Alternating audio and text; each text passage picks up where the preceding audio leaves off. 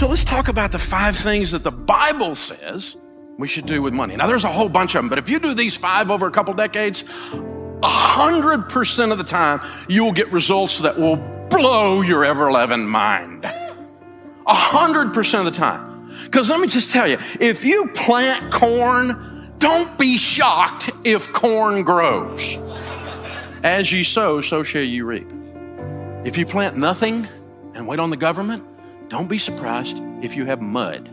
This is how it works.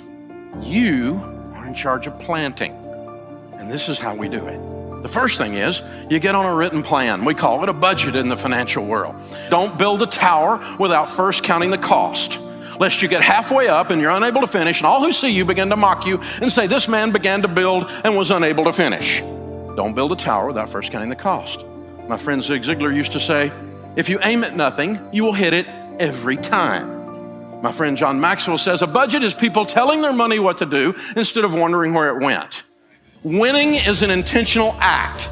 When the Super Bowl is over and the little reporter runs over and says, how did you win? The guy never goes, I don't know. I just got off the bus and this thing happened. Getting to the Super Bowl is an intentional act over decades of developing your skill. No one accidentally grows a bumper crop unless it's weeds.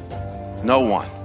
So plant something, control the process, control the controllables, write it down. This is my plan. I'm gonna take care of my own household first, and we're gonna live this plan out, and we're gonna do this thing. It changes everything. The second thing is you need to get out of debt. Now, we knew Dave Ramsey was gonna say this. That's a fairly predictable thing coming out of my mouth. But here's the deal. The borrower really is slave to the lender. The rich rules over the poor, and the borrower is slave to the lender. I've experienced that. I lost everything because I let other people have control over my life. You know what that's called? A master.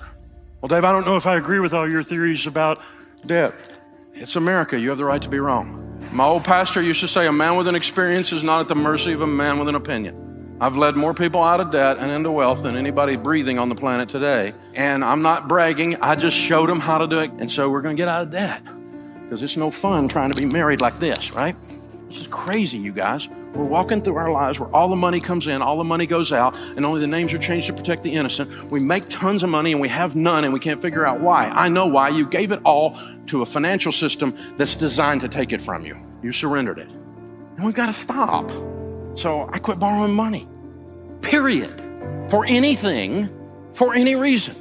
And this weird thing happened when I didn't have any payments and I made an income. I had money. It was so strange. And then when I got money and I bought an asset that created income that I paid cash for, I got to keep all that. There was no payment, except for what the government takes, but I mean, there was no payment. It was an amazing experience. And the first few years were tough because, you know, there's stuff I wanted to do and I didn't have the money. And I had to learn this magic ancient word called no. Most people don't know this word. You press your tongue towards the roof of your mouth, you release air. No. It's tough. So, you know, what I did was we got the scissors out and we said, no more. I'm not going to play you guys' game anymore. You don't have any credit cards? No, not for 38 years. Well, 30 years. That's when I went bankrupt. They wouldn't give me one at first. And then later, after they would give me, I didn't want it because I had learned this stuff from the Bible. And this is my wallet. Green president's faces, 4 pieces of plastic, my debit card on my business, my debit card for my home, my driver's license, and my handgun carry permit. I had a guy call me on the radio and he's like, you're gonna kill me. My truck payment. I said, how much is your truck payment? $763. You have a $700 truck payment? Yeah. I said, how much is your house payment? I live in a double wide, $550. I said, dude, if your truck payment is bigger than your house payment, you might be a redneck. The borrower is slave to the lender. You gotta sell that truck, dude. It owns you. You don't own it. It sounded good at the time. And you and I both know the reason you called me is you just wanted somebody else to say it out loud with you, who's also done stupid, because I know what stupid looks like. Son, that's stupid. That truck's got to go. You're saying I got to sell my truck? I said, what'd you just say? Of course I said you sell your truck. Thing owns you, man. This is crazy. Get you a truck that you can own instead of it owns you. This is just crazy. The third one surprises people, and that's foster high-quality relationships. The Bible says, be not deceived. Evil company corrupts good habits. Did you know you become who you hang around with? Studies say that your 10 closest friends over the next decade, your income will be within 10 to 15% of the average of your 10 closest friends. And some of you are going, I need some new friends. Well, maybe. I mean, you don't let your little son, your little Johnny run around with a weed head down the street, because you know if you do, he's going to turn into a weed head, right? He comes home talking language we don't talk in our house. You go, where'd you pick that up? Because you didn't pick it up in here. You become who you hang around with. Be not deceived. Evil company corrupts good habits. So hang out with generous people and you will be generous people. Hang out with people who treat their wives with respect, men, and you will find men who treat their wives with respect, and you'll start treating yours that way. It's an amazing thing that happens.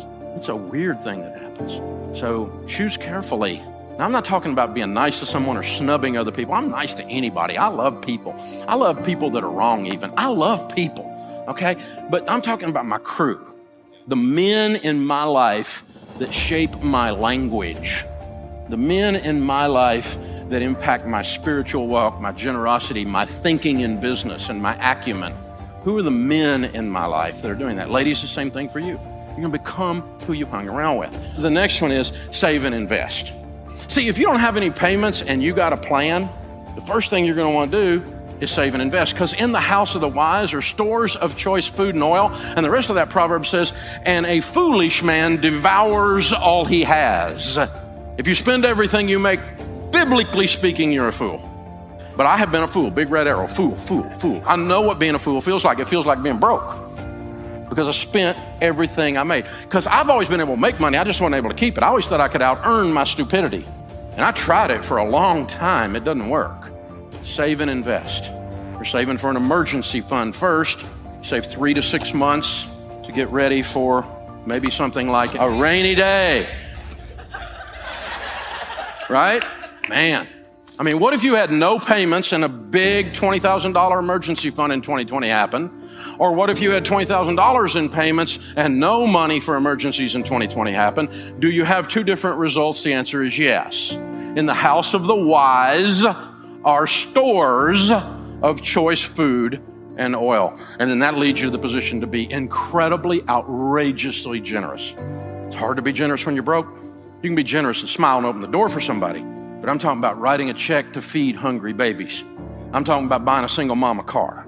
I'm talking about you can reach over and pay somebody who's struggling's light bill through the end of the year. I'm talking about outrageous, even sometimes spontaneous generosity. And you can do that if you're not broke. And if you've got your stuff taken care of at home. If my light bill is paid, I can help somebody. If I'm still fretting over here, I don't even see them.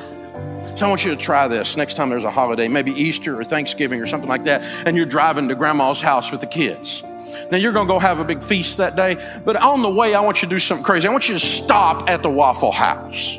Leave the kids in the car, the motor running, pull up in front of the window so you can see inside and the people in your car can see inside. I want you to go inside by yourself, leave them out there, they'll be running their mouth anyway. Kids, put the screens down, watch this. Go in there, have a cup of coffee at the counter. She'll come to the counter, she'll pour your coffee. This is Thanksgiving morning. You know who's working on Thanksgiving morning? At Waffle House. Pay for your coffee, and I want you to take 3 or 4 of these Uncle Benjamin Franklin pictures, $100 bills, and I want you to slide them on the cup and slip out. Go out in the car, tell the kids, hey, watch God work. Watch what God does when he shows off. She'll come over, she'll pick that stuff up, and she'll look at it. She wonders if it's a trick, because in her life, it's been so long since anything good has happened to her. And then when she realizes it's real, and 100% of the time after she does this, she'll go, thank you. And then she looks one more time. When she realizes no one's looking and she has no idea there's a family with a 6-year-old sitting in a van watching her inside, whose dad or mom just pulled this idea off. And the 6-year-old's life is being permanently changed while he watches this. Then she goes into and does a Snoopy dance, because that's the whole difference in her month. Now, I want you to go spend $300 with your spouse on a really nice night out and enjoy yourself. I want you to learn to enjoy money, but I dare you to have more fun with $300 than that. So to the extent you're not outrageously generous because you're in debt and haven't saved money, you're not on a plan, and you hang out with selfish people who are worried about their Instagram photo, any one of those 5 things that's not there, or any 5 of those 5 things that's not there, it's time for all of us to get a little better and change.